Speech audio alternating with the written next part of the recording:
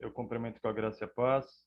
Nós agora daremos início à parte 3 das mensagens envolvendo a controvérsia e a importância histórica, profética de 1888. Nós vimos na última parte, na parte número 2, que praticamente existe um antes e depois na questão de 1888, as ênfases e, infelizmente, também as lamentações, haja vista que Jesus já poderia ter retornado. A boa notícia é que nós estamos vivos, e já que estamos aqui, que façamos valer a pena, para que possamos estar herdando as mansões celestiais, assim como os outros que vieram antes de nós, homens dos quais o mundo não foi digno. Homens como o apóstolo Paulo, apóstolo Pedro, Estevão, que foi apedrejado, Elias, Moisés, homens e mulheres que fizeram uma grande diferença na história, João Batista, Daniel, Jeremias, enfim. Podemos ter o privilégio de conviver com essas pessoas na eternidade e, para tanto, veremos que a parte 3 desse estudo é fundamental, porque nós vamos desvendar a diferença entre o verdadeiro e o falso evangelho.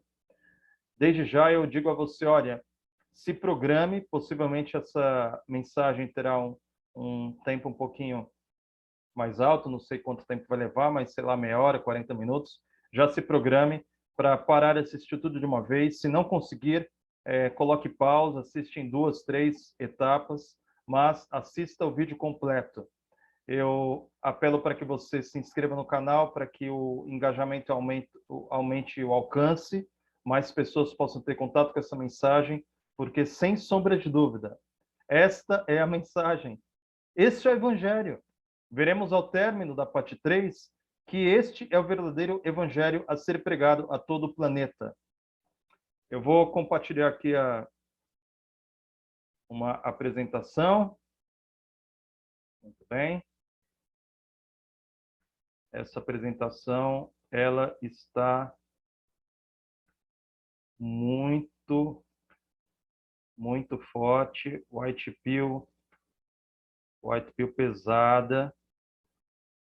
Olha, muita white pill pesada. Já se prepare. A mensagem de 1888 no que diz respeito à lei e ao evangelho. Muito bem, deixa eu botar um pouquinho aqui.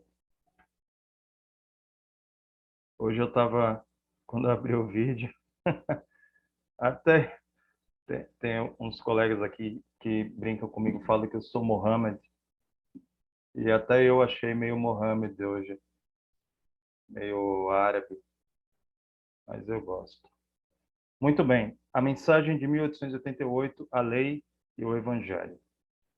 Primeiro eu quero te dizer, alguns perguntaram o que é White Pill. Eu coloquei na descrição do canal, mas rapidamente, White Pill é uma alusão, número 1, a Ellen G. White, e White Pill também é uma alusão a uma expressão que hoje está sendo compartilhada nas redes sociais, com respeito ao Red Pill, que é uma alusão àquele filme Matrix, e a pílula azul manteria dentro da Matrix, a pílula vermelha faria com que saísse da Matrix. É uma referência a algo que desperta a consciência, enfim.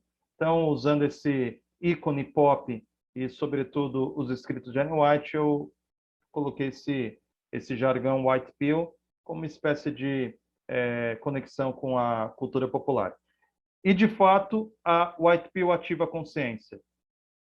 Os escritos de Ellen White são poderosos para nos fazer compreender melhor as escrituras. Eles nos levam a compreender as escrituras de um modo muito profundo. Muitas vezes a sensação que eu tenho é que é como se as páginas das escrituras adquirissem um colorido, como a diferença entre algo preto e branco e colorido. É realmente fantástico. O dom que Deus deu a essa mulher norte-americana no século XIX, que foi profeta para o povo de Deus, foi um dom extraordinário. Eu já fui edificado demais e todos os dias tenho sido edificado, e desde o dia 1º de outubro decidi empreender esse novo formato do canal para levar white pills diárias para todos aqueles que quiserem ouvir, compartilhar, comentar e curtir.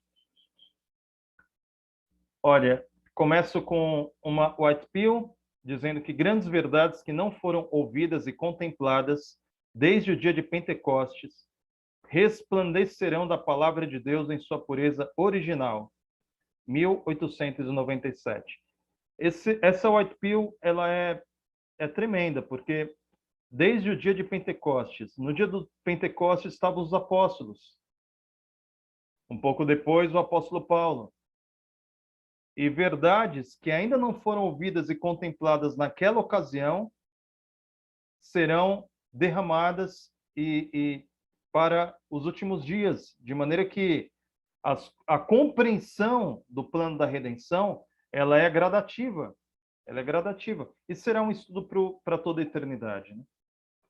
Muito bem, eu quero fazer uma ressalva na parte 2. Em um dado momento do vídeo eu mencionei que existe um abismo entre Jesus Cristo e eu. Existem disparidades. E me perguntaram, Pastor Jolie, quais são essas disparidades? Então, quero iniciar com esse adendo, porque tem a ver com o assunto.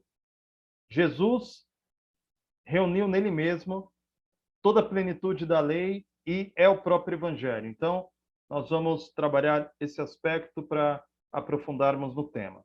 Eu quero usar algumas ilustrações de maneira didática, para nós compreendermos essa questão tão importante a respeito da humanidade de Jesus Cristo.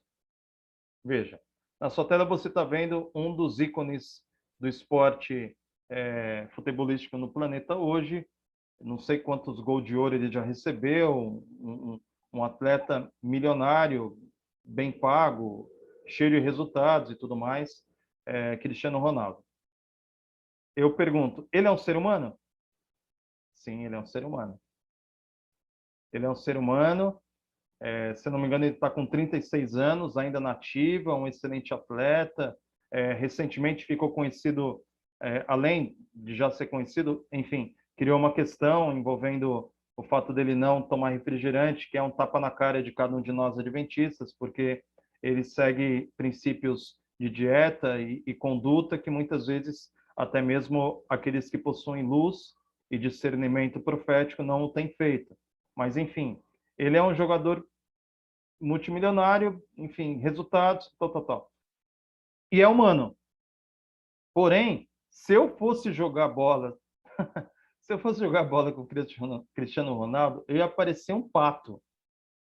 Embora sejamos humanos, as habilidades, talentos, o dom, a performance desse atleta me faria sentir um pato ao invés de um ser humano, percebe? Que embora Cristiano Ronaldo faça parte da raça humana, existem disparidades absurdas entre quem ele é e quem eu sou. O que ele pode fazer e o que eu faço.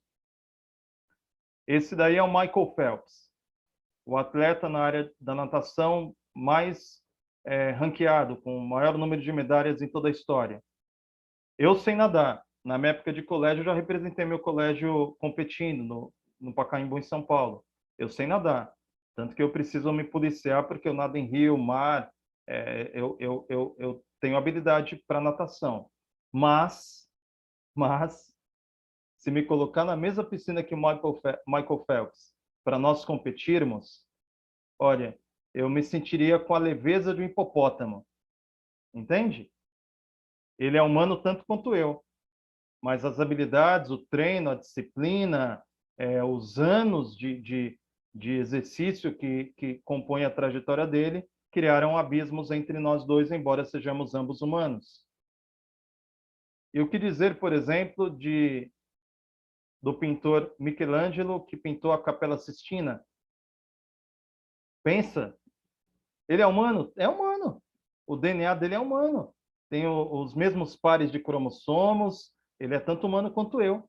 Mas se eu fosse desenhar, comparando com Michelangelo, sabe, seria ridícula a comparação. Percebe?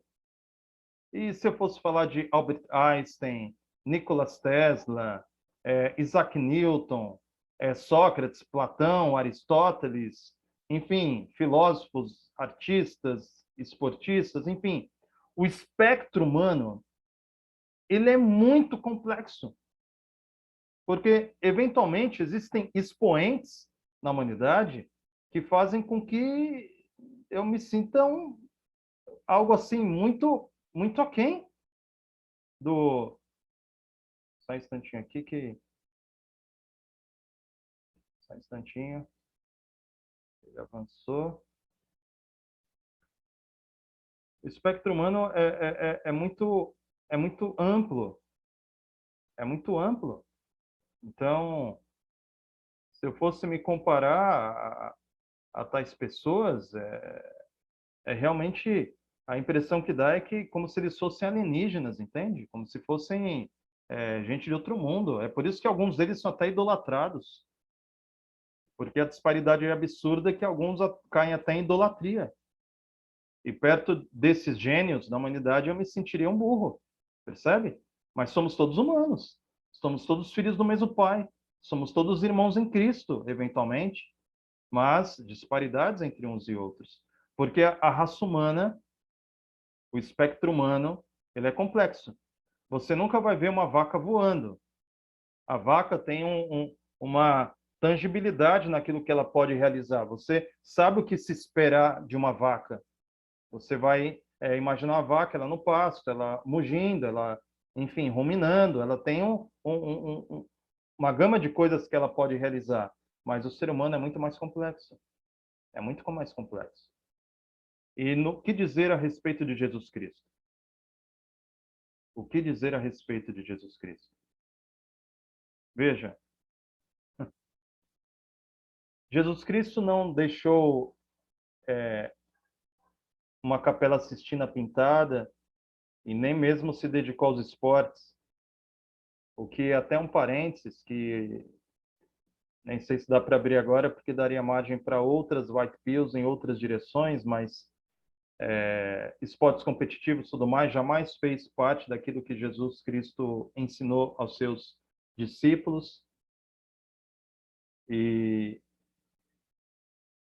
só que a grande questão a respeito de Cristo não é o esporte, não é a competição, não são arte, ciência, lógica, embora tudo isso estivesse presente nele, a beleza da sua lógica, a maneira como Jesus respondia aos seus opositores, a maneira como Cristo lidou com situações completamente adversas, como aquele momento dos impostos, por exemplo, como que várias vezes colocavam Jesus num beco sem saída e simplesmente Jesus dava uma resposta lógica, precisa, contundente, que deixavam seus opositores em silêncio. E, sobretudo, Jesus Cristo não pecou. Jesus Cristo jamais pecou. Jesus jamais cometeu pecado.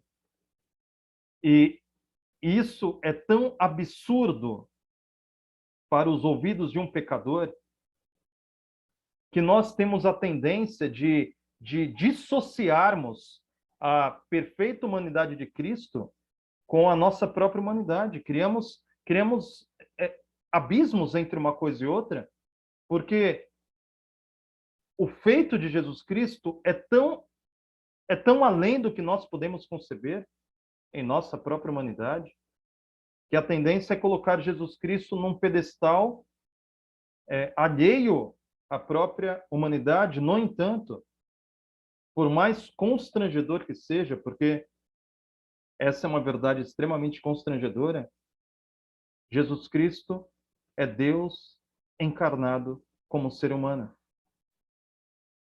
Genuinamente ser humano. Jesus não parecia ser humano. Jesus, de fato, foi e é humano. Esse é um aspecto tremendo, porque perto de Cristo eu me sinto um macaco. Se perto de Michael Phelps eu me sentiria como hipopótamo, se perto de gênios da humanidade eu me sentiria um burro, no sentido pejorativo da coisa, e se perto de um jogador profissional eu me sentiria um pato jogando bola, perto de Jesus Cristo eu sou inclinado a dizer que Charles Darwin está certo. E é como se Jesus fosse um Homo sapiens e eu fosse uma espécie de símil perto de Cristo, porque eu já cometi pecado, eu já pequei reiteradamente, eu já fiz o mal, enfim, eu preciso de graça e misericórdia na minha vida. Eu tenho lutado para viver aquilo que Deus me chamou para realizar. De maneira que perto de Jesus Cristo, o sentimento que dá é como de Pedro dizendo: retira-te de mim, porque eu sou pecador. Entende? Dado ao maravilhamento que Jesus Cristo efetua sobre a mente humana sensível ao poder do Evangelho. Jesus Cristo fez o que nenhum outro jamais fez na história e nem fará.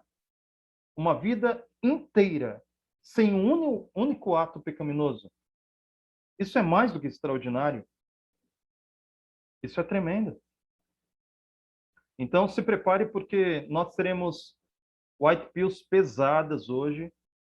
Essa parte 3 é muito importante, porque nós vamos agora desvendar a diferença entre o verdadeiro e o falso evangelho. Em alguns momentos pode ser um soco no estômago, como esse, por exemplo. Quanto mais eu reflito sobre a humanidade de Cristo, mais eu me sinto miserável. Porque se Jesus foi tentado como eu sou tentado, porém Jesus não pecou, percebe que isso aumenta a minha culpa? Isso aumenta a dureza do meu coração? Isso revela a dureza do meu coração?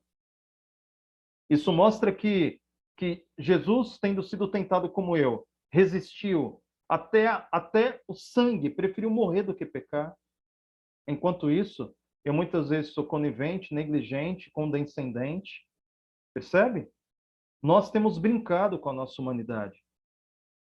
Nós temos colocado a graça como algo que é ineficiente, que é ineficaz. Temos feito como se Deus fosse impotente diante das nossas mazelas, das nossas fraquezas, quando o Novo Testamento declara de diferentes formas que justamente a fraqueza aperfeiçoou, o poder de Deus aperfeiçoado na fraqueza. Onde abundou o pecado, superabundou a graça. Somos mais do que vencedores em Cristo Jesus. O pecado já não terá domínio sobre vós. E tantas citações do Novo Testamento reforçando a realidade de que Jesus Cristo é por nós. Deus é por nós. Entende? Então, se prepare. A coisa é tremenda e exige de cada um de nós humildade para reconhecermos que, eventualmente, nós podemos estar errados e até mesmo ter feito uma caricatura de Jesus Cristo.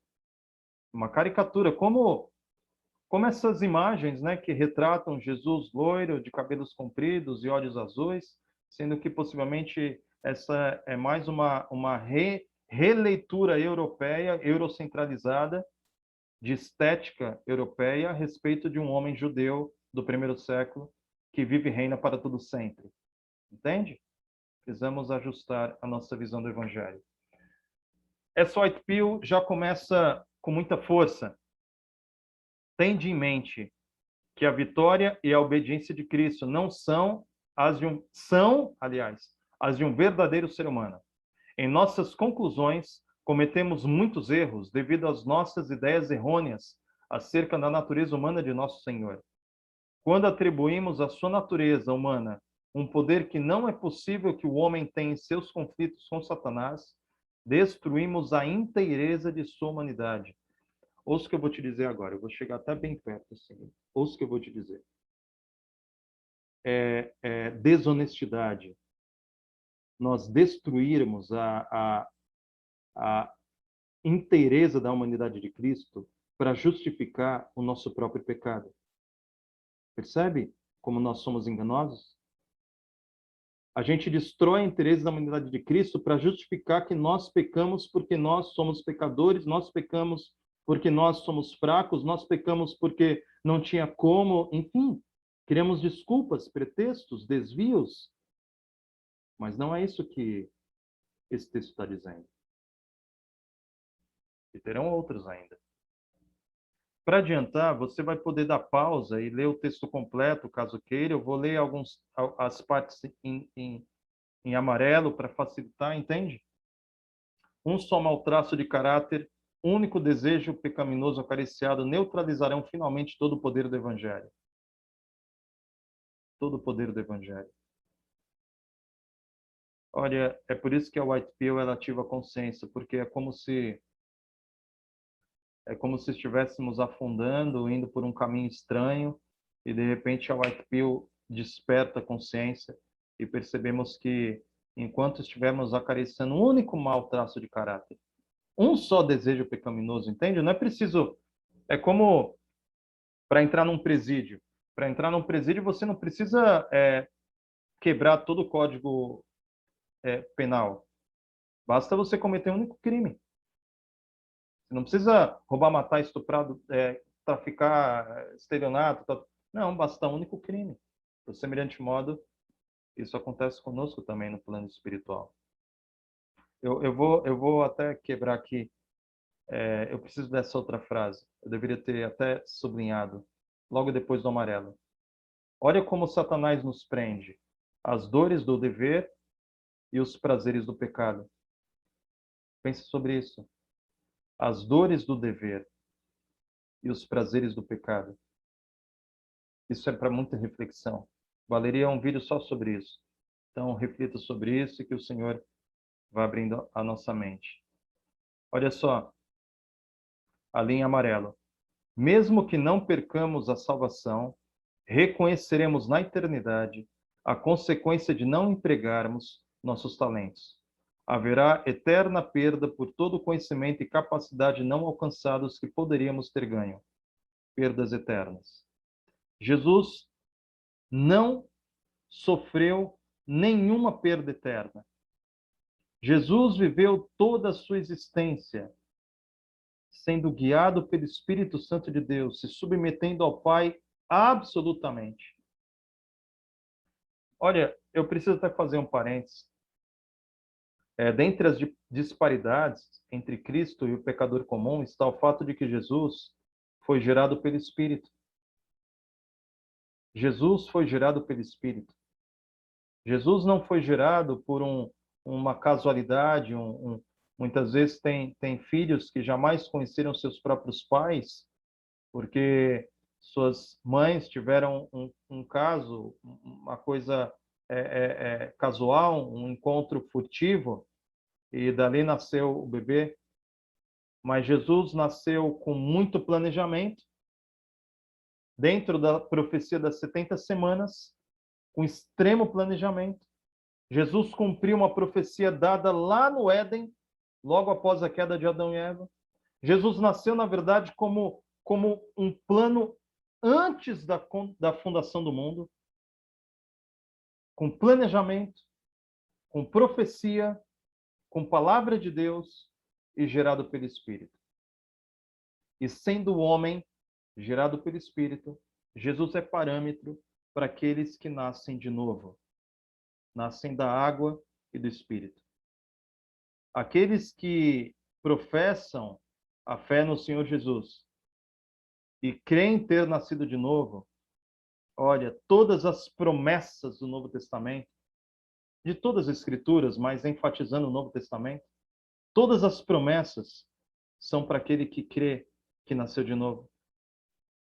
São para aquele que podem, em Cristo, ter um modelo perfeito de obediência irrestrita e salvação ilimitada na pessoa de Cristo. Louvado seja Deus por isso. Muito bem. Então, Jesus é o nosso Senhor e Salvador e modelo. Jesus é tudo aquilo que um homem pode e deve ser em Cristo. Jesus é o teto da humanidade. Ninguém vai além dele. Isso é extraordinário. Todos o seguirão. A descrição dos 144 mil seguindo o Cordeiro por onde quer que ele vá retrata algo que acontecerá com todos os remidos ao longo de todos os séculos vindouros. Todos seguirão o Cordeiro, porque ele é o teto da humanidade. Jesus é o homem perfeito. Ninguém irá além dele. Porque eu tenho perdas, eu tenho lutas, eu tenho deficiências, eu tenho tendências que não foram tão somente herdadas, mas foram cultivadas por maus hábitos, por negligência minha. Entende? Potencialmente eu posso dizer a mesma coisa a seu respeito, mas Jesus Cristo não. Jesus Cristo prestou uma perfeita obediência, e é nos méritos de Cristo que nós podemos nos regozijar de que, apesar das minhas falhas e das minhas fraquezas, em Cristo eu posso avançar pela fé, imitando de graça em graça. Isso é extraordinário. E essa é a mensagem que nós estamos entrando agora, que foi uma das grandes contribuições de 1888, tanto na própria conferência como nos anos subsequentes, a união perfeita entre a lei e o evangelho. O cristianismo, há séculos, vem brigando com respeito a uma artificial, um artificial antagonismo entre a lei e o evangelho, mas em Cristo isso se mostra que é artificial, porque Jesus Cristo reúne perfeita união entre ambas as coisas. A justiça e a paz se beijaram. Olha só, a encarnação de Cristo é o mistério de todos os mistérios. Eu usei aqui figuras de linguagem, comparando atletas, gênios da humanidade e tudo mais, como estrutura didática, mas nós não podemos ser rasos no que diz respeito ao entendimento da humanidade de Cristo. Na verdade, quanto mais eu reflito sobre a humanidade de Cristo, o meu sentimento mais é de quebrantamento, é de ficar em silêncio, é de colocar a boca no pó, é de raspar a cabeça e colocar cinza em cima, entende? Porque é um absurdo, é uma loucura. O evangelho, ele é de fato algo fora daquilo que a gente pode racionalizar, definir em termos lógicos e humanos, porque é sabedoria de Deus. Tomou, aqui em amarelo, tomou a natureza do homem com a possibilidade de ceder à tentação. Jesus, olha, Jesus poderia ser tentado. O apóstolo Tiago escreve muito claramente que Deus não pode ser tentado. Deus não pode ser tentado. Anjos podem ser tentados, mas Deus não pode ser tentado. Porém, na encarnação, Deus não veio como um anjo, mas veio como um homem, podendo ser tentado e podendo, inclusive, cair em tentação. Jesus ele se tornou osso de nosso osso e carne de nossa carne. Que casamento maravilhoso! Casamento perfeito. É por isso que o apóstolo Paulo, olhando para Gênesis, quando ele escreve em Efésios, capítulo 5, ele diz: grande é o mistério, grande é esse mistério, mas eu me refiro a Cristo. Quando ele interpreta a união entre Adão e Eva, Paulo ele faz ali uma releitura e aplica esse casamento maravilhoso à pessoa de Jesus Cristo, o nosso noivo. A divindade e a humanidade achavam-se misteriosamente combinadas e o homem e Deus tornaram-se um. Que maravilha! Você pode dar pausa, caso queira, e você lê o texto completo, pegue a referência, pesquise. Eu vou apenas adiantar. Jesus aceitou a humanidade quando a raça havia sido enfraquecida por quanto tempo? 4.000 anos de pecado. Como qualquer filho de Adão, aceitou os resultados da operação grande lei da hereditariedade. Lei da hereditariedade. 4.000 anos de pecado. 4.000 anos de pecado. Algo que pode amenizar os efeitos da hereditariedade, eu quero fazer um parênteses para você aqui, é uma estrita obediência à mensagem de Deus no que diz respeito à reforma de saúde. Eu vou gravar ainda mais vídeos e vou falar especificamente sobre isso. Quero apenas adiantar. O plano de Deus envolve uma reforma de saúde como subjugação do eu. Nós precisamos subjugar o nosso eu, nosso apetite, entende? E comer segundo o que Deus ordena. Quer comais, quer bebais, façais qualquer outra coisa, seja tudo para a honra e glória de Deus. No decorrer de toda a sua existência, desde a infância à varonilidade, está dizendo que Jesus foi tentado ao longo da sua existência. Não temos que suportar coisa nenhuma que ele não tenha sofrido. Percebe como estudar a humanidade de Cristo é extremamente constrangedor? Porque se ele suportou as coisas que eu também posso suportar, com a diferença que eu já caí e Jesus nunca caiu e jamais cairá, entende? Isso é constrangedor. Cristo venceu o pecado como um homem. Exemplo ao homem em todas as coisas, um santo caráter humano. Louvado seja o nome do Senhor. Suportou todas as tentações pelas quais o homem é assediado. O livro de Hebreus fala sobre isso, né? Foi tentado em todas as coisas a nossa semelhança, mas sem pecado. Um claro modelo que devemos fazer o quê? Imitar. Imitar. Não cair na tendência pagã de criarmos ícones e idolatrarmos como que distantes de nós, não. Jesus Cristo se colocou próximo do homem, assumindo a condição humana, para que nós possamos imitá-lo em todas as coisas. E é óbvio que só podemos imitá-lo mediante o poder que ele mesmo nos oferece. Jesus provou para nós, por fatos concretos, que o homem pode guardar os mandamentos de Deus. Eu já ouvi várias vezes, muitas vezes, pessoas dizendo: ah, mas é impossível guardar os mandamentos de Deus. Isso é falso evangelho. Isso é sentar na poltrona de Satanás. Porque o evangelho é justamente o contrário disso. Entende?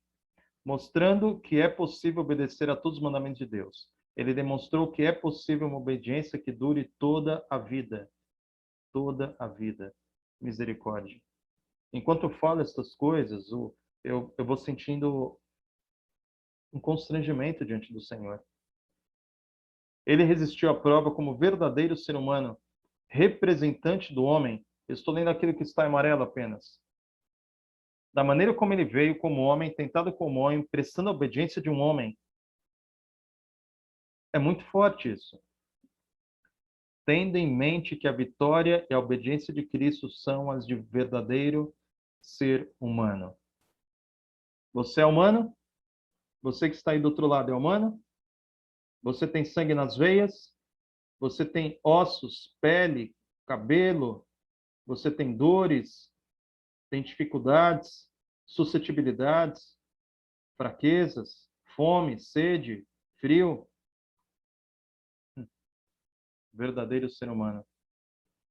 A obediência de Cristo a seu Pai era a mesma obediência que é requerida do ser humano, do homem. Isso é tremendo. Isso é tremendo. O Senhor Jesus veio ao nosso mundo não para revelar o que Deus podia fazer, e sim o que o homem poderia realizar, mediante a fé no poder de Deus para ajudar em toda emergência. Eu preciso ler essa próxima frase. O homem deve, pela fé, ser participante da natureza divina e vencer toda tentação com que é assaltado. Essa é a mais extraordinária promessa contida nas Escrituras. Está lá em 2 Pedro, capítulo 1, verso 4. Nós podemos nos tornar coparticipantes da natureza divina. Isso é tremendo. Deus se fez carne e habitou entre nós. E Jesus Cristo compartilha o que ele é conosco. Porque Jesus é genuinamente humano e genuinamente divino. E pela submissão à palavra de Deus e pela fé, nós podemos nos apropriar da natureza divina e vencermos as tentações pelo poder de Deus em nós. É poder de Deus sobre fraqueza humana. Essa mensagem é muito maravilhosa. Esse é o evangelho que tem que ser pregado.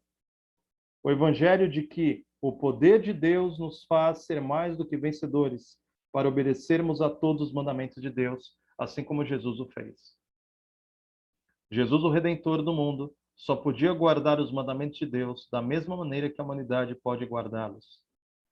Isso é claro, sim ou não? Percebe?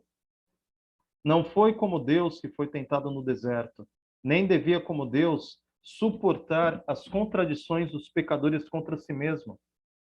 Mas foi como homem, foi como ser humano. Não devemos servir a Deus como se não fôssemos humanos, mas servi-lo na natureza que temos. É assim como somos mesmos.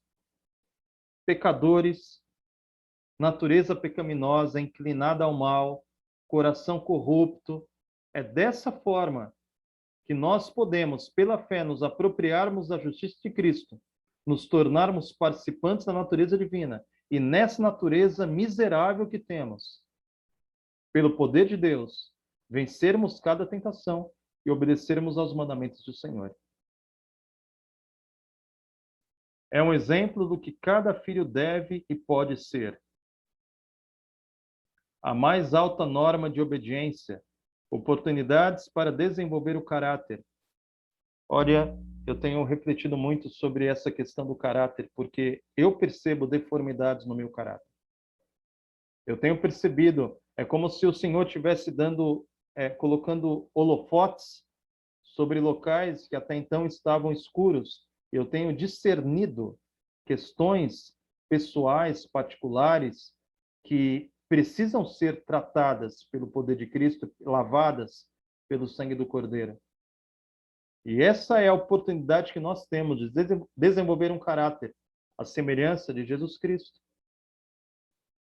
Há no mundo, portanto, duas classes de pessoas: aqueles que violam a lei de Deus e aqueles que obedecem à lei de Deus. Simples assim. Os que obedecem à lei de Deus só podem fazê-lo mediante o poder de Deus. Os que violam fazem por si mesmos, aí a carne é que manda. Muito bem, a lei e o evangelho. Temos aí mais algumas white pills para nós compreendermos de fato a perfeita união indissociável entre lei e evangelho. Não podemos cair no engodo do falso evangelho que divorcia uma coisa da outra. Olha, Deus requer neste tempo exatamente o que ele requeriu do santo par no Éden: perfeita obediência a seus preceitos. Perfeita obediência. O Senhor não requer da alma humana menos doje do que exigiu de Adão no paraíso antes da queda. Perfeita obediência. Justiça sem mácula. Que Deus tenha misericórdia de todos nós. Você coloca uma pausa, pode ler o texto completo, caso tenha interesse. É muito forte, é muito profundo. Pela fé, ser participante da natureza divina e vencer toda tentação com que é assaltado. Antes morrer do que pecar. Tem hora que dá vontade de chorar até, porque é muito forte. O evangelho é muito alto, o evangelho é muito alto. O problema é que a gente tem se habituado tanto à falcatrua, tem tanta barbaridade, tem tanta gente usando o nome de Deus em vão, usando a religião de modo indevido, sabe? É tanta sujeira já, há tanto tempo já, há tanto tempo, ao longo de toda a Idade Média e hoje também. Então, a gente tem se acostumado com um evangelho humanizado, um evangelho com teto baixo, um evangelho fácil de administrar, um evangelho que é só ter o nome no rol dos membros e está tudo certo. Mas isso não é evangelho. O homem pode alcançar a vitória sobre a tendência para o mal se ele for obediente à lei de Deus. Pode formar-se um novo caráter e ser vencido o vil pecado. Ai, Senhor, tem misericórdia de cada um de nós. Sua vida declara que a humanidade unida à divindade não comete pecado. Como assimilar essas coisas? É só pela fé. É por isso que a justiça é pela fé. Porque textos como esse, por exemplo, desafiam a lógica pecaminosa. Um coração acostumado ao mal, lendo um texto como esse, acha um absurdo. É mais fácil riscar, é mais fácil não ler, é mais fácil jogar para debaixo do tapete. Entende? A toda tentação, sua resposta era: está escrito. Nós também podemos vencer mediante a força dele derivada, com participação na natureza divina. 2 Pedro 1,4. Jamais poderemos compreender o ofensivo caráter do pecado, de satisfazer o apetite pervertido, a não ser que compreendamos o sentido espiritual do longo jejum do Filho de Deus. Sabe aquele jejum de 40 dias e 40 noites? Ele nos mostrou que a glutonaria que impera em nossos dias, a condescendência com o apetite e tudo mais, não tem nada a ver com o caráter de Cristo.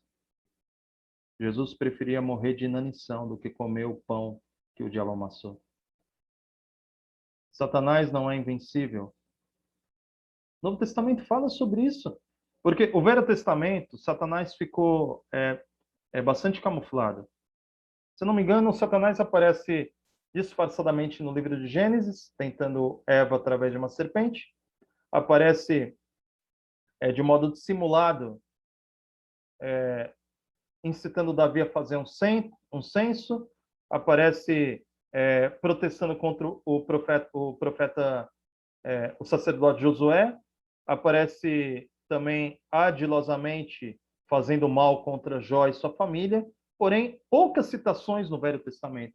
Agora, no Novo Testamento, Satanás foi desmascarado. E o Novo Testamento é categórico. Resistir ao diabo e ele fugirá de vós. Ou seja, Satanás não é invencível. Louvado seja Deus por isso. A tentação não é pecado. O pecado consiste em ceder à tentação. E aqui vai a definição tanto bíblica quanto do espírito de profecia. A única definição de pecado é o quebrantamento da lei de Deus. Todas as outras definições de pecado contidas nas Escrituras estão subordinadas a essa definição.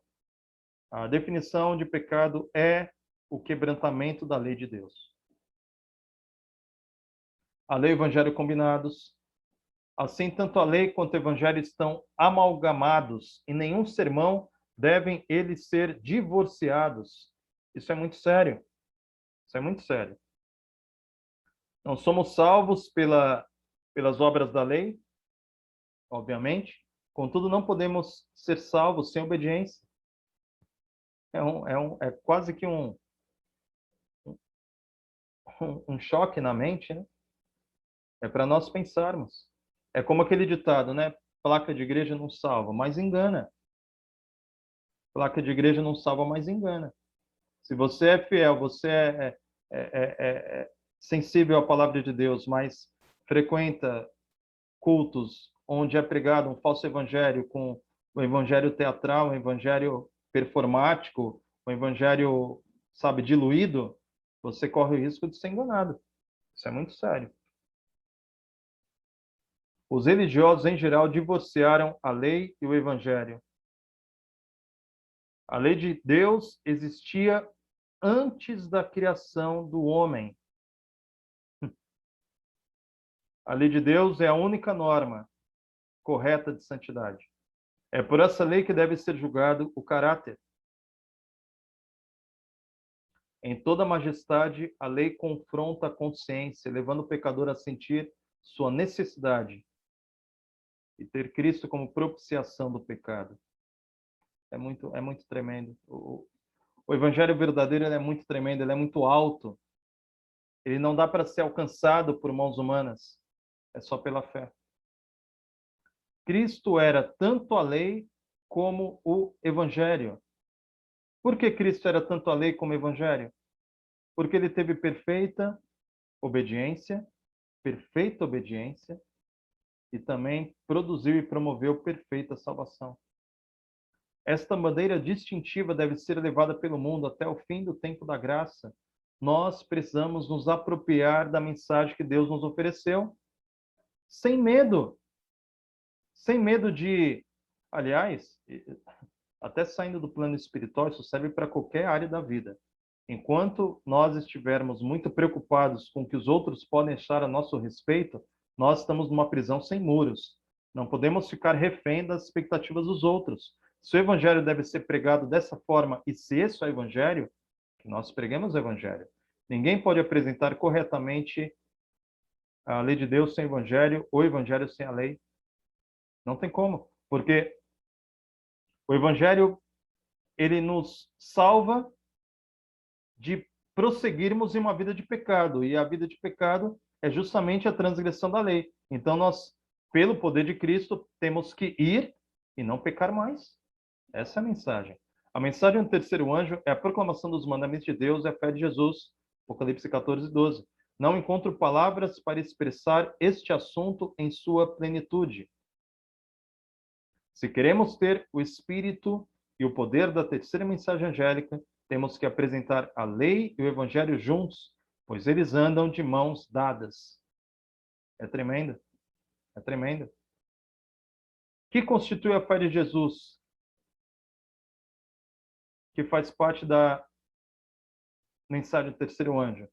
Essa união entre fé e obediência. A verdade, como é em Jesus, pode ser experimentada, mas nunca explicada. O que eu estou fazendo aqui é uma tentativa ousada de tentar expressar o que não dá para comunicar, senão pelo Espírito. Eu estou aqui falando, mas se não for o Espírito Santo, nesse momento eu sou como lata batendo, entende? Eu sou como um sino batendo, que não comunica nada, só faz barulho. O Espírito Santo é que tem que traduzir essa mensagem. Recomendamos a leitura de toda a sessão, a esta referência, porque esse é um assunto que não dá para ser extenuado e exaurido em uma única mensagem, que você pesquise por si mesmo e o Espírito te conduza para que a gente possa ter esse abraço de Cristo na vida diária. E Jesus nos abraça como um homem, como ser humano que é, e ao mesmo tempo como Deus. Isso é tremendo. Isso é tremendo. Muitos do que têm sido vencidos pela tentação são humilhados por seus fracassos, sentem ser vão buscar aproximar-se de Deus, mas este pensamento é sugestão do inimigo. Talvez se encontrem envergonhados, profundamente humilhados. Talvez você esteja assim. Talvez você esteja assim. Esse abraço está à disposição para ti. É um abraço pela fé. Pois alguma é aparentemente mais desamparada e na realidade mais invencível do que a alma que sente o seu nada e confia inteiramente nos méritos do Salvador.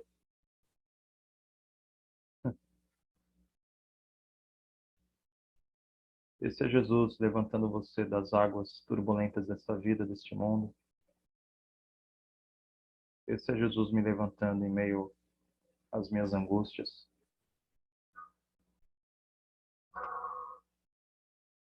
Esse é o Senhor Jesus.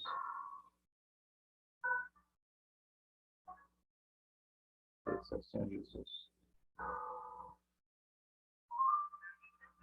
Eu me lembrei de um louvor do José de Castro, Vem para Jesus. Quando Jesus te chama e tu não vens, para onde vais? Tu não vens, para onde vais?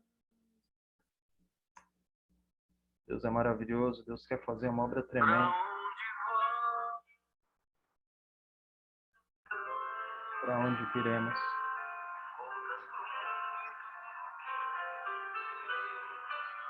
Mas voltas tristes como ninguém.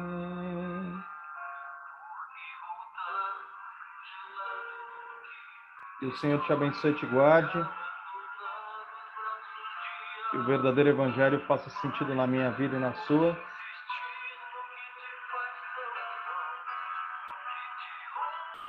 Vamos parar de insistir naquilo que nos faz mal e nos rouba a paz.